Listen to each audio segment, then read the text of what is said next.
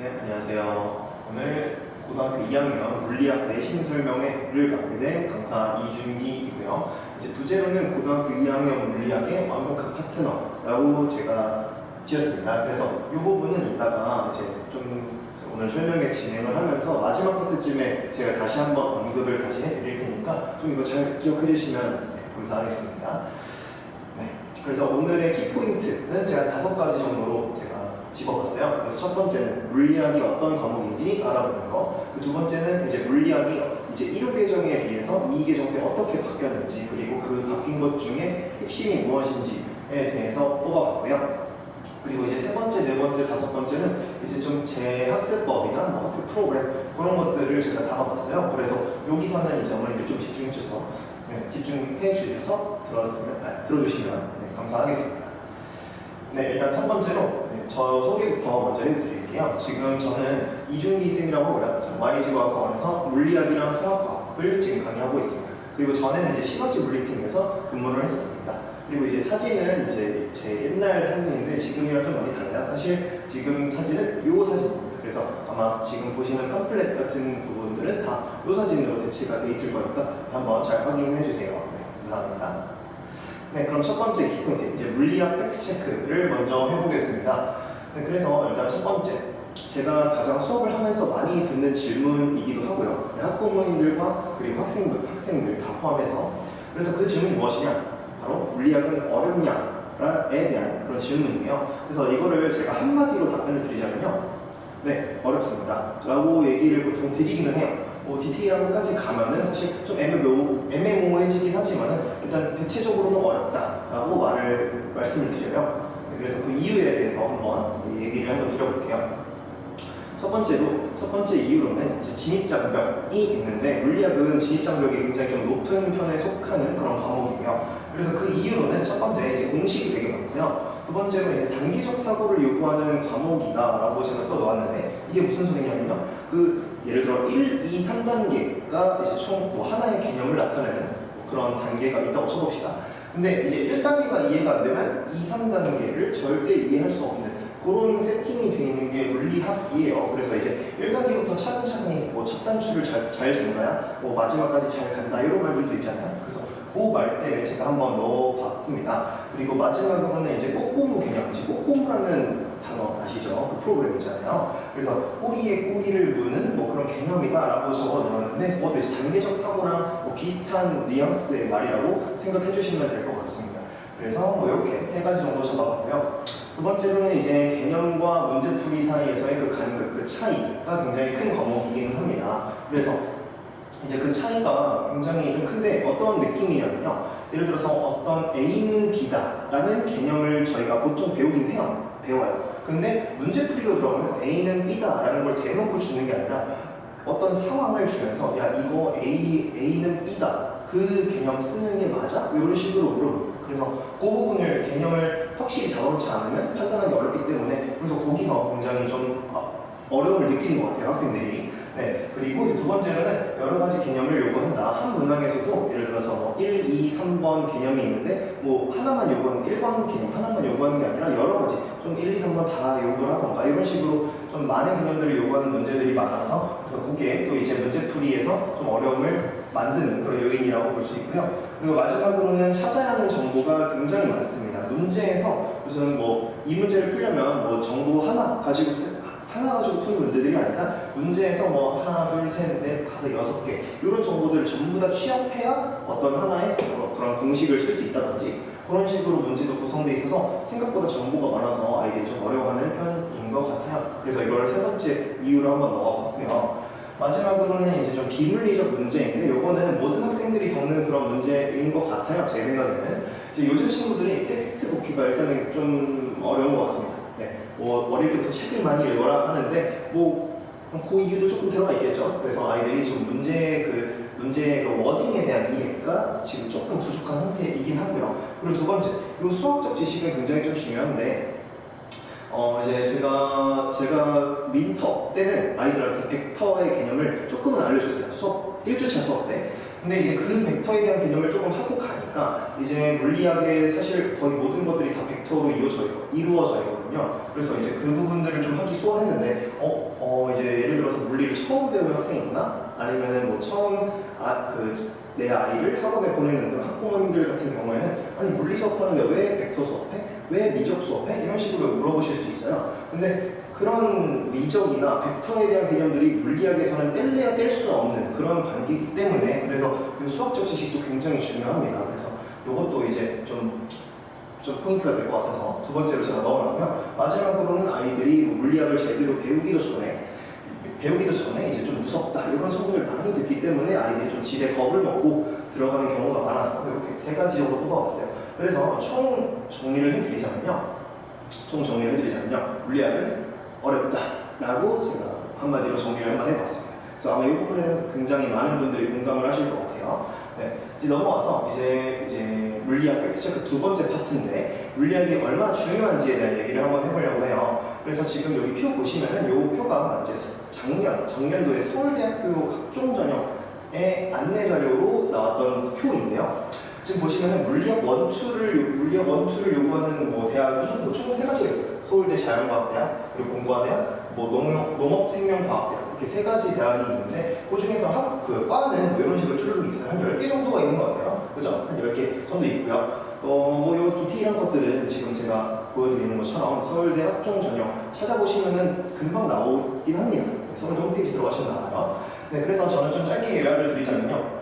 지금 제가 표시한 과 중에서 노란색으로 표시된 과들이 있을 거예요.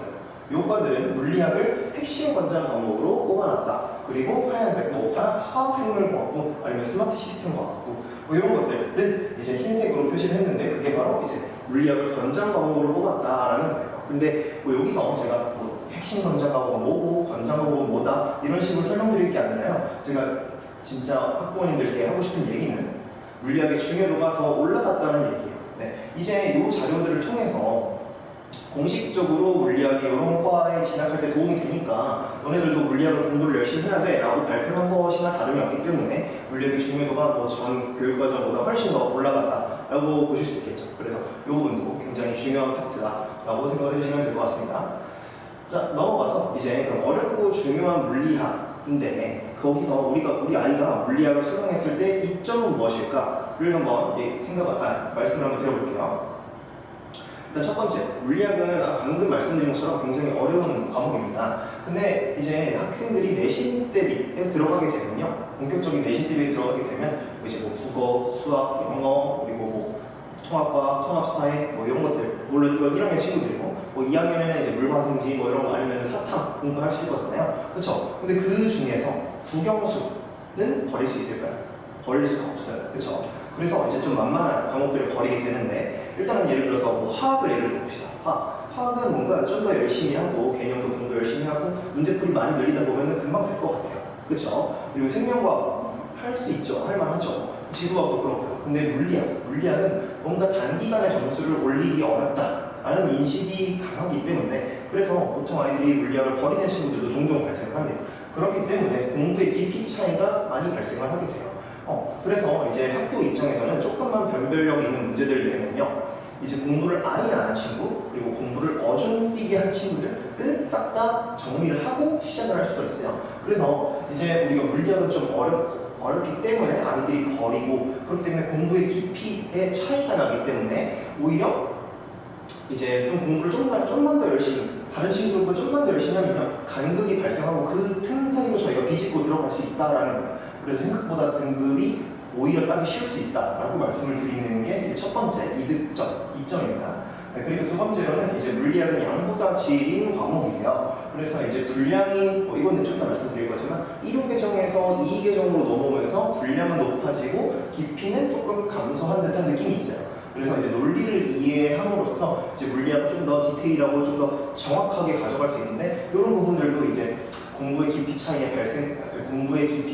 고기를 이제 파고 들어가는 그런 이점이 될 수 있기 때문에 한번 넣어봤고요. 그리고 이 아래쪽에는 레이어 학습법이라고 적어놨는데 이거는 제가 고안해낸 그런 학습법이에요. 그래서 아이들한테 이제 가르치려는 그 방법인데 이거는 조금 더 후반부에 한번 말씀을 드리겠습니다. 네, 마지막으로는 이제 학생부 종합전형. 이거는 아까 보여드린 그 서울대 자료 있잖아요. 거기에 나오는 자료들.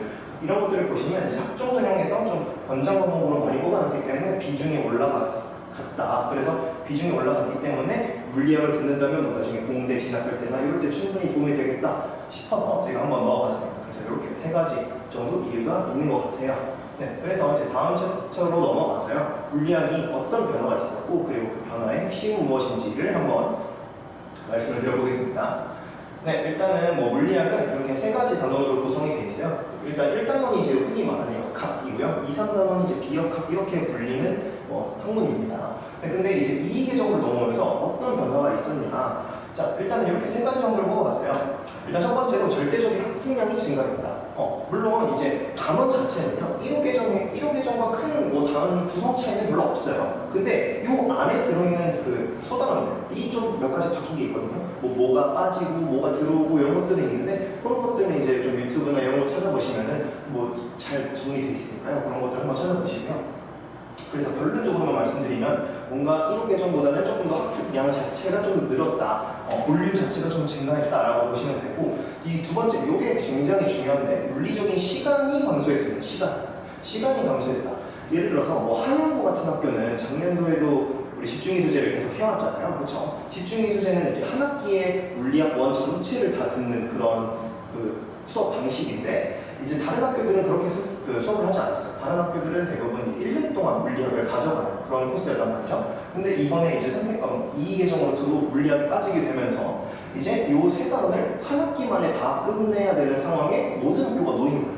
그렇죠? 그러면 이제 뭐 한양고는 뭐 좀 익숙하겠지만 나머지 학교들은 익숙하지 않단 말이죠. 그리고 어쨌든 간에 물리적인 시간 자체가 줄었기 때문에 1년에서 한 학기로 줄었기 때문에 시간이 엄청나게 절대적으로 감소했다. 그렇게 보시면 될 것 같아요. 그래서 이 두 가지 포인트가 굉장히 중요하다라고 일단 말씀을 드립니다. 그리고 마지막으로 이제 이계정 물리학원 이 과목은 이제 수능에 출제가 되지 않아. 그래서 이제 이 과목은 수능에 안 나오니까 이제 보통 출판사에서 이제 많이 문제를 낼 필요가 좀 없어졌어요. 네.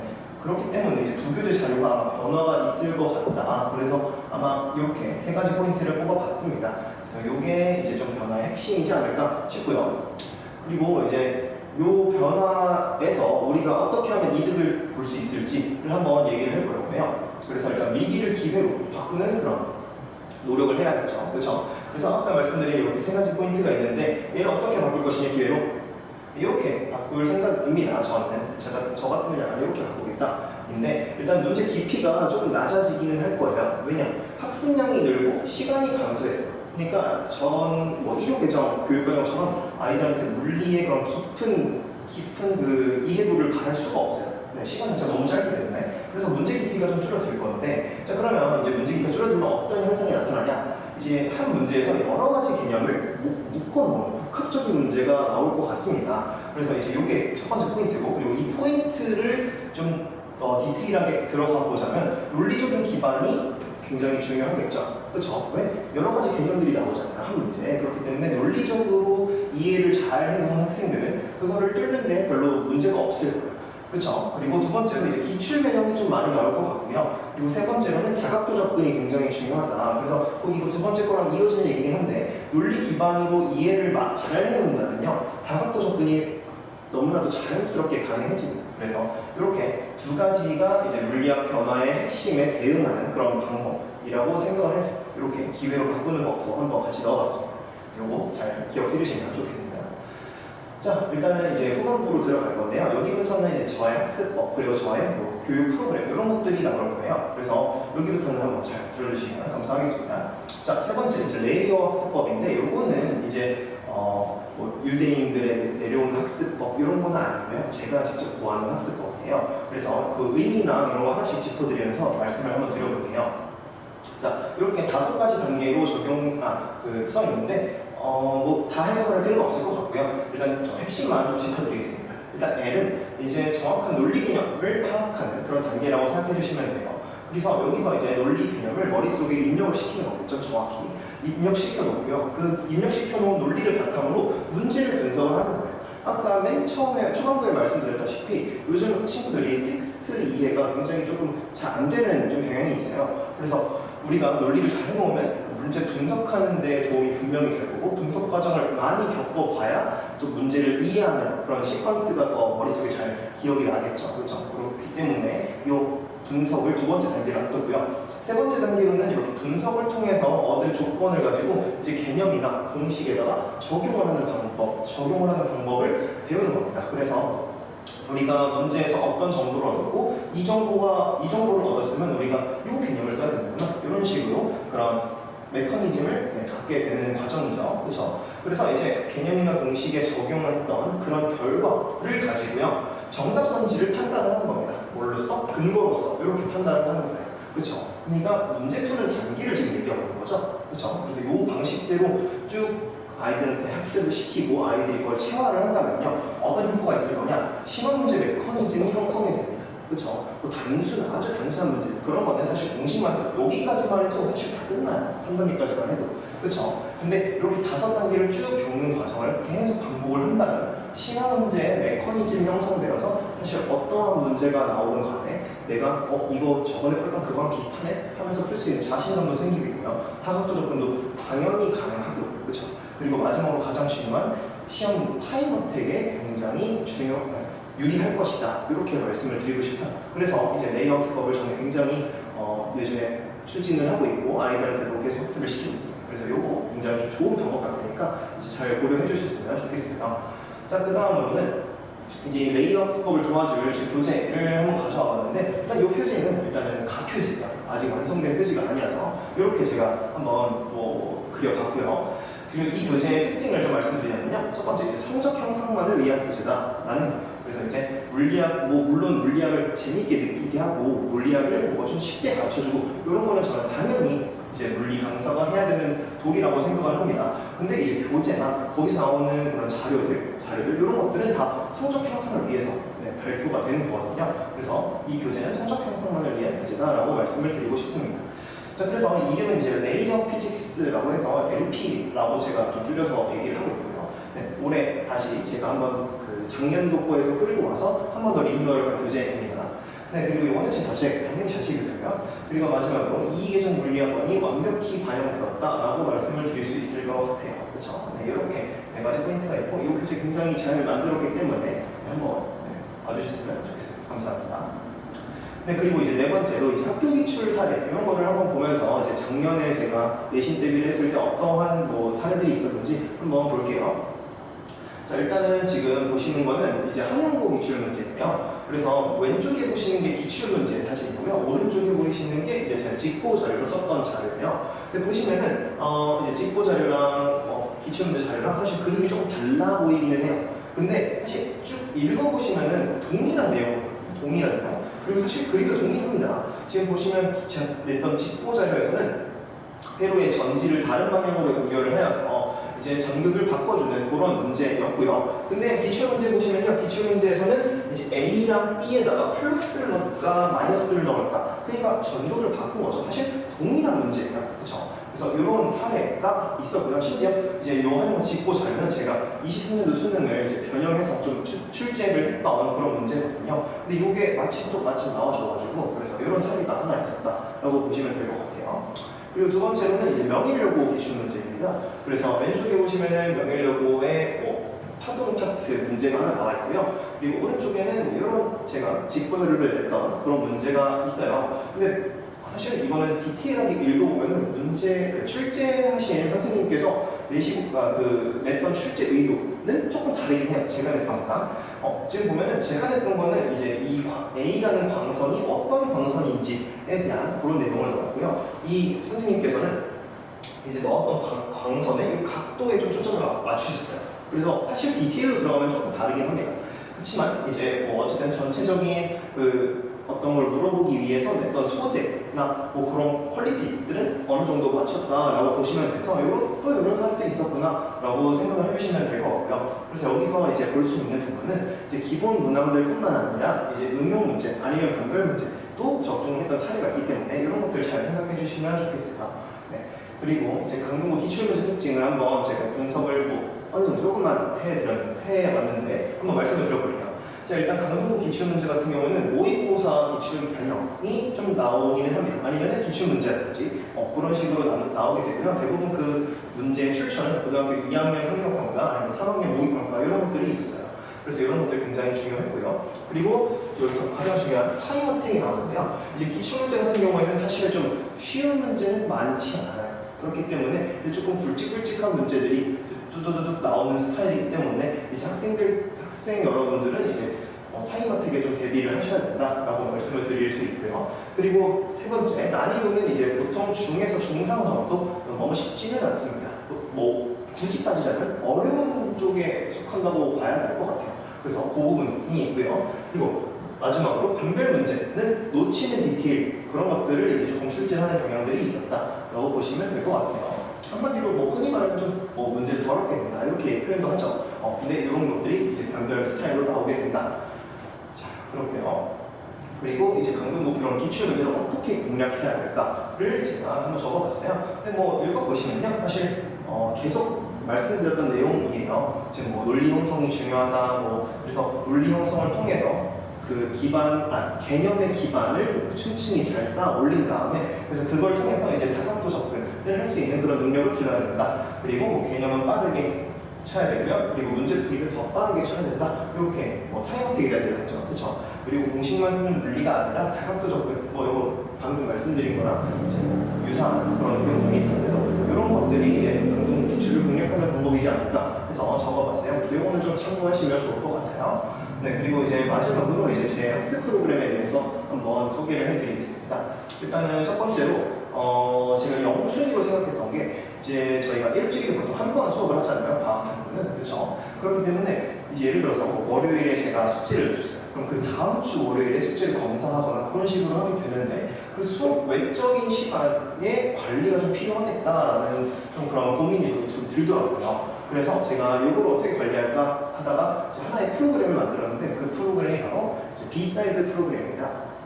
이제 아까 좀 눈썰미 있으신 분들은 알아보셨을 수도 있는데, 제 교재 이름이 LP잖아요. 그쵸? LP판. 그리고 동그란 LP판인데, 저는 LP판 세대가 아니긴 해서 사실 잘 몰랐어요. 근데 LP판의 앞면을 A 사이드, 그리고 뒷면을 B 사이드라고 하더라고요.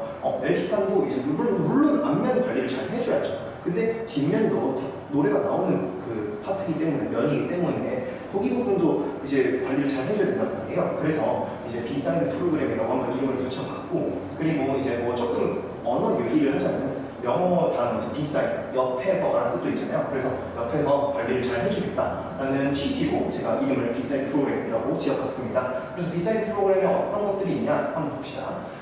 자, 일단 수업 교재 먼저 말씀을 드릴게요. 그래서 수업 교재는 뭐 LP를 쓴다. 그리고 이제 주간 테스트를 보게 되는데요. 요거는 일단 제가 자체적으로 낸 문항들이 수록이 돼 있는 그 테스트이고요. 요거는 이제 수업 시간 첫 시간에 한 10분에서 20분 정도 할애를 해서 테스트를 진행을 합니다. 그리고 여기서 이제 그 피드백 해야 될 부분들은 뭐 공통적인 부분이나 그러면 수업 시간에 좀 피드백을 해주고요. 아니면은 뭐 개개인적인 피드백을 해야 된다. 그러면 이제 클리닉 때 좀 봐주기는 합니다. 그래서 이 부분도 중요한 것 같고요. 세 번째, 이제 YG 주간 활동지가 있는데, 이거는 테스트랑 다르게 클리닉 때 하는 그 문제 자료예요. 그래서 보통 제 활동지 기준으로는 한 20에서 30문제 정도 넣어놓고요. 그리고 요것들을 뭐 클리닉 때 해결을 하고 이제 학생들 귀가를 시키는 편입니다. 그래서 좀 대략적으로 말씀드리자면, 주간 테스트에서는 아이들의 개념을 주로 확인을 하고요. 활동지, 그 주간지에서는 제가 이제 좀 개념에 대한 이해도를 넘어서 응용을 할 수 있는가를 보통 보긴 합니다. 그래서 이런 것들이 굉장히 좋다라고 생각이 좀 들고요. 그리고 네 번째로 YG NJ라고 있는데, 이거는 직접 보충 때 사용을 하는 교재예요. 그래서 저희가 총 내신은 8주 과정으로 진행이 되는데, 그 중에서 이제 앞에 4주 후에 뒤에 4주 동안 요 직접 보충의 교재로 YG NJ를 사용을 합니다. 그래서 여기서는 이제 많은 시중 문제집들의 문제가 들어있기 때문에 아이들이 좀 많은 문제를 경험할 수도 있고, 그리고 응용성을 더 기를 수 있고, 이렇게 생각해 주시면 될 것 같아요. 그래서 마지막으로 뭐 시중 문제집 다수가 뭐 NJ도 들어있다, 여기도 들어있다, 여기도 들어있다 라고 생각해 주시면 될 것 같아요. 자, 감사합니다. 그리고 이제 두 번째로는 이제 제 수업 교재를 뭐 대략적으로 한번 소개를 드리려고 해요. 그래서 뭐 이런 파트가 있고, 포인트로는 두 가지가 있는데, 첫 번째로 이제 정확한 개념 학습이 가능한 뭐 개념 정리가 잘 되어 있다, 이렇게 보시면 될 것 같고, 두 번째로는 이제 그 개념을 이제 묘사하는 그런 실생활에서의 예시를 적어 놓음으로써 아이들한테 조금 더 쉽게 접할 수 있게 만들어준다가 이제 두 번째 포인트인 것 같아요. 그래서 이 포인트를 굉장히 좀 디테일적으로 제가 다 계산을 해서 이제 넣은 거기 때문에 이 파트는 굉장히 좀 좋은 것 같다라고 생각이 듭니다. 네. 그리고 다음으로는 이제 주간 테스트 예시인데요. 요거는 이제 실제로 작년 한국어 2학년 기말고사 때 쓰던 테스트지예요. 그래서 보시면은 뭐 이런 문제들이 다 수록이 돼 있고, 뭐 지난 시간에 배운 내용들을 효과적으로 복습할 수 있다라고 나와 있고요. 그리고 뭐 한 10문항 정도 보통 보게 됩니다. 아까 말씀드린 것처럼 10분, 20분 정도 보게 돼요. 자, 근데 여기서 좀 중요한 거는 이 테스트에서 성취도가 한 50%가 채 안 나온다.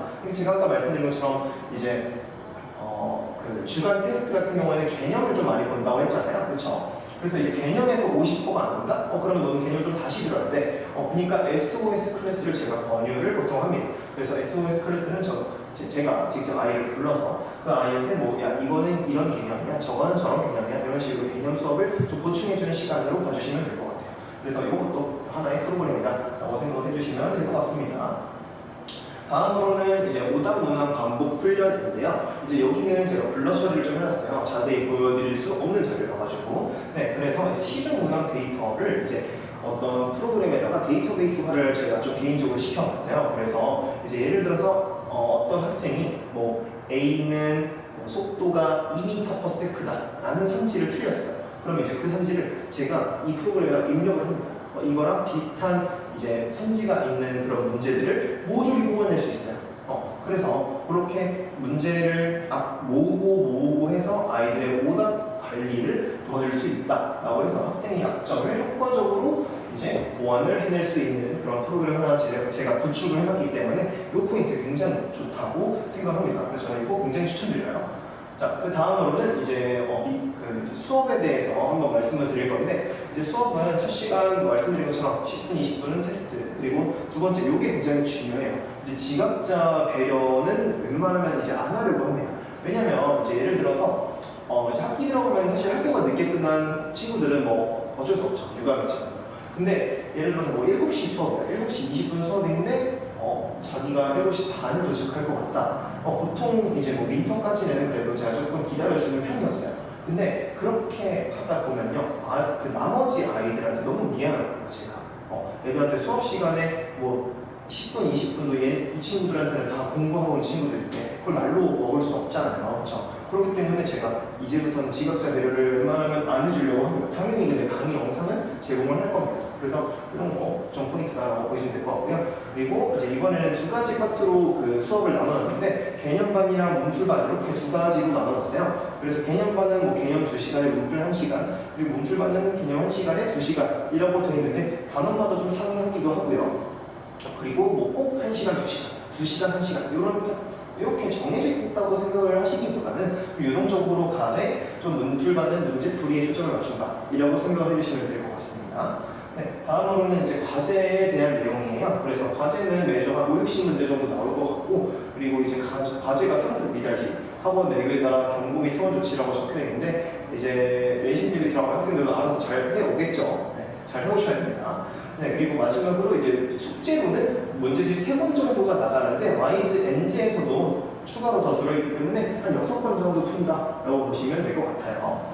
네, 다음으로는 이제 부스트 클래스, 그러니까 클리닉에 대해서 설명을 드릴 건데, 요거는 굉장히 제 포인트이기도 하니까 한번 잘 들어주세요. 네, 일단은 일부 강사 진행이라고 되어 있는데, 저는 이번 그 내신 때일 때 한 4일, 5일 정도를 클리닉을 열 거예요. 그 중에서 3일 정도를 제가 직접 하려고 생각을 하고 있습니다. 그래서 아이들은 일단 1회, 한 주에 1회는 무조건 필수로 와야 되고요. 그리고 강사 1대3 케어 시스템이라고 있는데, 이제 이것도 저희 학원에서 굉장히 좋은 프로그램들 중에 하나예요. 이제 클리닉의 퀄리티를 좀 보장하기 위한 그런 제도인데, 이제 만약에 강사는 한 명 아니면 조교가 한 명 있어요. 근데 아이들이 엄청 많이 왔어. 그러면 아이들 개개인으로 봐줄 수 있는 시간도 떨어질 뿐더러 아이들한테 나가는 그 클리닉의 퀄리티가 낮아질 수밖에 없거든요. 그래서 저희는 1시간에 학생 3명, 1시간에 3명 이렇게 비율을 정해놓고 이제 개인 유는 시간을 보장을 해준다라고 생각을 해주시면 될 것 같아요.